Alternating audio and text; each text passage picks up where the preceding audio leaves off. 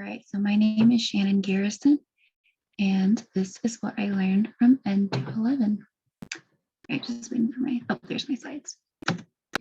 Okay, so here are my main takeaways and ideas. They are that there is much more to being a teacher than just simply fulfilling a job. I also learned the importance of mental health and what you can do to better take care of yourself mentally, emotionally, and make choices that will help you out in the long run. I learned that education is always changing and adapting, and that niceness is not the same as Christ-likeness. And I also learned some good tools and apps that I can use for my own future classroom. Okay, so now to go into more detail, teaching is so much more than just a job. So I learned about, I really like what you said on the very first day of class about warm demanders, having high expectations and high love. I had actually heard this idea before on my mission. My mission president told us about this. He didn't use the term warm demanders, but he definitely would let it known that he had very high expectations for us, but he also had, very high love for us as well. And so I had already heard this perspective and seen this. And so it was just really cool to see this new perspective of having it applied to education. Having a healthy student-teacher relationship is really interesting how it can lead to higher self-esteem, health esteem, higher confidence, and future employment, which I thought was really cool. I thought it was also very interesting that having a strong adult presence is one of the best ways to help a child with an ACE, or an adverse childhood experience or event. I'm not sure what the E stands for. That teaching is so much more than just a job. You are a huge influence in a child's life. I still remember all my elementary school teachers and the influence they had on my life. And in some cases, you might be the only supportive, stable adult influence in that child's life, which is sad, but it's a truth. I also learned on another note that there's no such thing as learning styles. You have your preferences and what makes you most comfortable, but there's not one way to learn that is better for you than another. It's just whatever you're more comfortable with. And so that's kind of ruined me for other classes when we discuss this, because sometimes it gets brought up being an education major, and now I know that it is a load of garbage. It's not real. So thank you for that. So now I'm moving on to mental health and choices. I really liked learning about the locus of control, with the internal locus versus the external locus of control. It's important to know that there are some things in life that are completely out of our control, but there are a lot that if we have the time, or a lot of the time, we have the control to make our own choices and choose our own destiny. And this made me think of a quote I heard one time, I'm not sure where, probably somewhere on the internet, but it's just kind of mixing the idea of having control of your life versus leaving up to destiny. And it goes, if it's meant to be, then it's up to me, which I really like. And I really like seeing how we play that role in our life and all that stuff.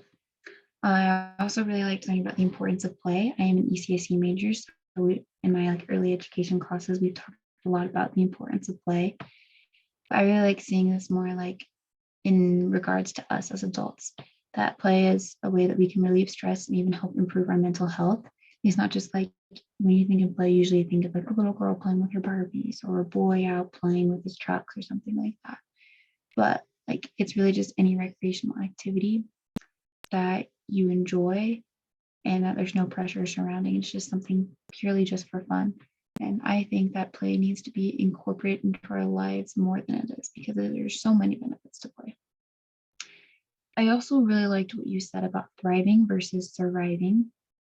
And it kind of called me out a little bit, yeah, I might be surviving, but am I thriving? Am I living life to the fullest I can and being happy genuinely all the time? But I also I have this quote written down in my notes where it says, don't think I'm not thriving just because I cry myself to sleep some nights. And I'm guessing that was something you said, because I had quotations around it in class. And I really liked that, because it shows that you can be thriving and still have downtime, still have bad days and bad moments and bad experiences. Just be you don't have to be perfectly happy all the time in order to be thriving in life.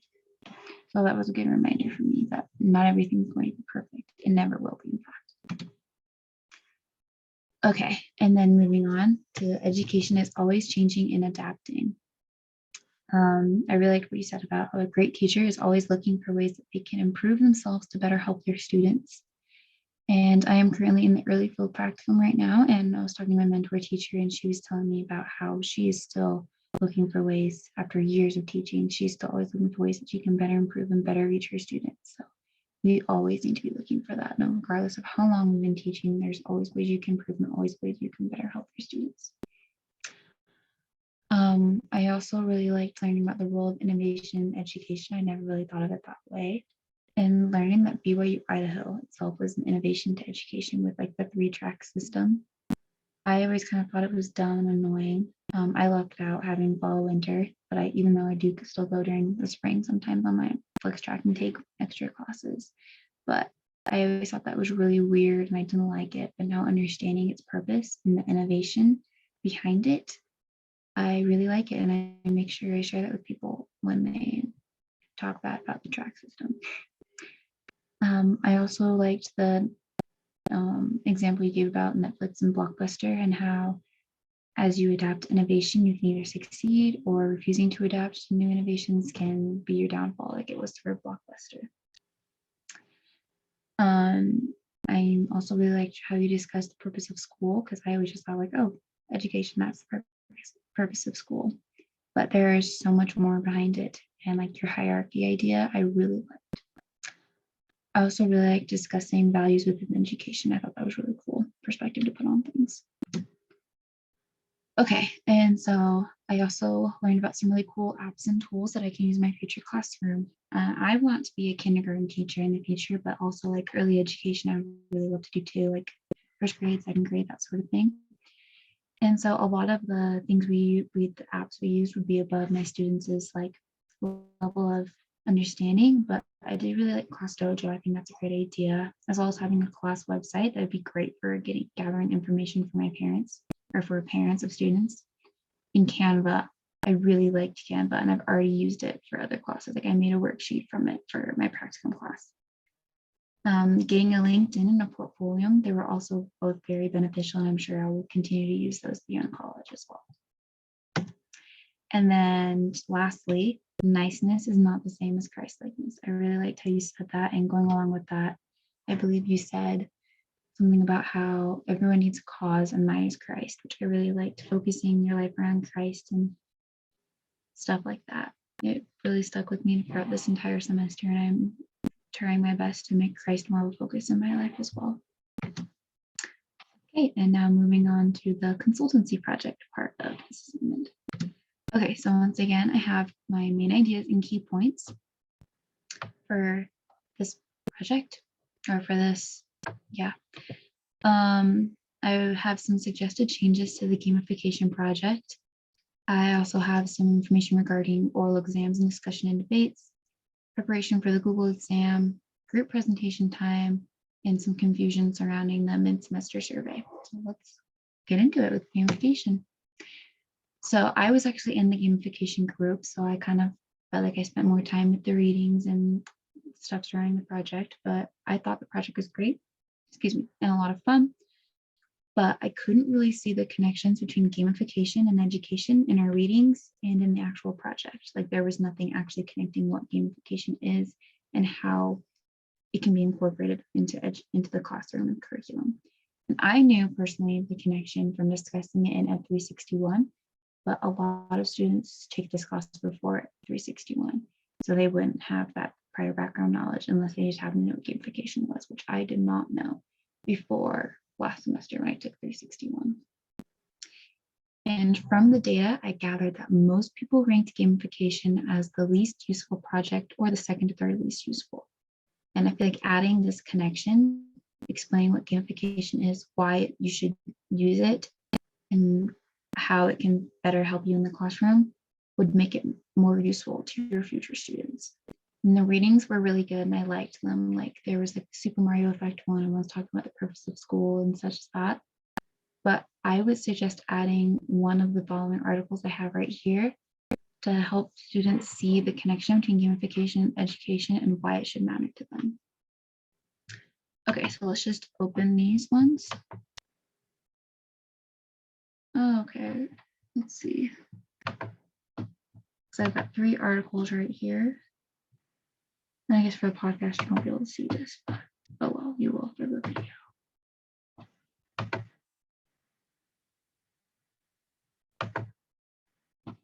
Okay, so that you can see that on the screen. Okay, so this first one is from True Education Partnerships, and it's titled Gamification in Education. What is it and how can we use it? And so it just kind of explains what gamification is, the gamification theory in education, examples of how you can use it in your class, benefits to it, and it has at the end it just discusses its effectiveness. Okay, and I went to the next one. This next one is like a scholarly article. That's not the right one. This is a scholarly article from Springer Open in the International Journal of Educational Technology and Higher Education. So it says gamifying education, what is known, what is believed, and what remains uncertain, a critical review. And so this just kind of has more of like a formal perspective on gamification and what it is and stuff, and just kind of goes into it. And it has studies surrounding it, so all that good information. And then the last one is from ISTE, and it's 5 ways to gamify your classroom. And I discovered it only has 4 ways to gamify your classroom, but still it's got some good ideas for how that could be applied, even though it only gives you 4 when it says first. But these are all fairly recent articles, like within the last year and a half or so. And so I think they would be very beneficial. Okay. And now moving on to debates and discussions versus oral exams. So I personally think that debates and discussions would be better than oral exams. And in the data provided, it said that many students included in the mid-semester survey that they felt stressed in preparing for the oral exams. And there was a mix of both healthy and toxic stress within that. And many students also included that they learned very little from the exams. And I personally felt that I was able to learn a lot more from the times we had class discussions and debates. And this way I was able to see new perspectives and ideas and opinions about things within the readings. And I felt I was able to gain more insights from my classmates that I missed when I completed the reading, or maybe they caught something different out of a certain article than I did, or something like a sentence they read, they got something different than I did when I read that sentence. And so I thought it was cool to like bounce ideas off each other and have a good class discussion. And it would be more difficult to grade this way than it would be for an oral discussion, but you could conduct it like a Socratic seminar, and like people often do in high school, and give points to students as they make comments in class. So I've had teachers for other classes that require you to talk during the class, and they would just keep like a clipboard with them with like a class list, and then they would make tally marks next to the students' names as they completed, or not as they completed, but as they like, made comments during the class. Okay, moving on, next is the Google exam preparation. And I was personally very surprised by how much more difficult the Google exam was than I expected based on how it was discussed in class. And I was quite discouraged when I didn't pass. I know that's not your fault because they changed the exam and it's a lot more difficult than it used to be. And now that it's multiple choice. And so you weren't expecting us to not do so well because you thought it was a lot easier than it was.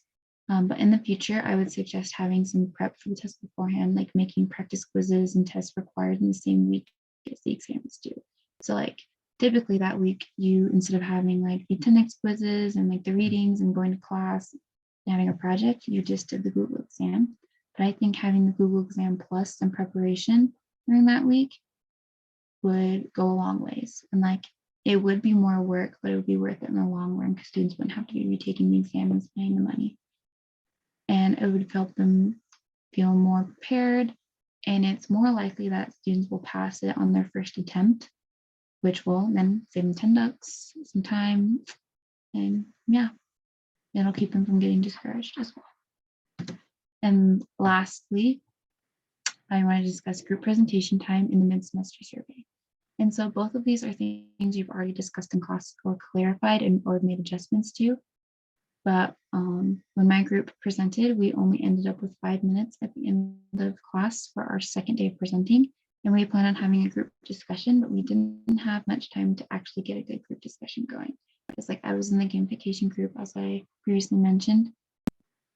And we were going to do, one side of the room was going to debate for con, and I cannot think of his name right now, but the other side of the room was going to debate for another major person within education that we had discussed that week. And they were going to kind of like battle that out, like which education type is better. And since we only had 5 minutes, we were able to get like a couple good things, good comments made, but we weren't really able to get very deep like we would have if we had had more time, like at least 15 minutes. So I know that we weren't the only group that this happened to. So I think making sure you leave at least 15 minutes for the presenting groups to do their activity would help the topic sink in more. And then that way the groups would be able to actually do the full activity that they had prepared for. Okay, and then lastly, the mid-semester survey. You also already clarified this after the survey was taken, but when I took it, I completely forgot to take a screenshot at the end of my survey. So I had to go through the whole thing a second time to get my screenshot. And I know you mentioned in class that there was one person that had to do it like 3 or 4 times. That was not me, that was someone else. But having a way to automatically record who has taken a survey, or to clarify with your students beforehand, if they forget to screenshot, they do not need to take the survey a second time. I think that would be beneficial to your students, and it would save them some time and frustration. And yeah, that was what I had for my consultancy project. And I want to thank you for this class. I had a wonderful time. I learned so much from it. And I'm sad that I will not be able to take another class from you, since I've already taken a 361 and I am an ACSE major, so I'll probably have someone different for senior practicum, but I enjoyed the time I did have in your class. I want to thank you for the time and the preparation you put into it.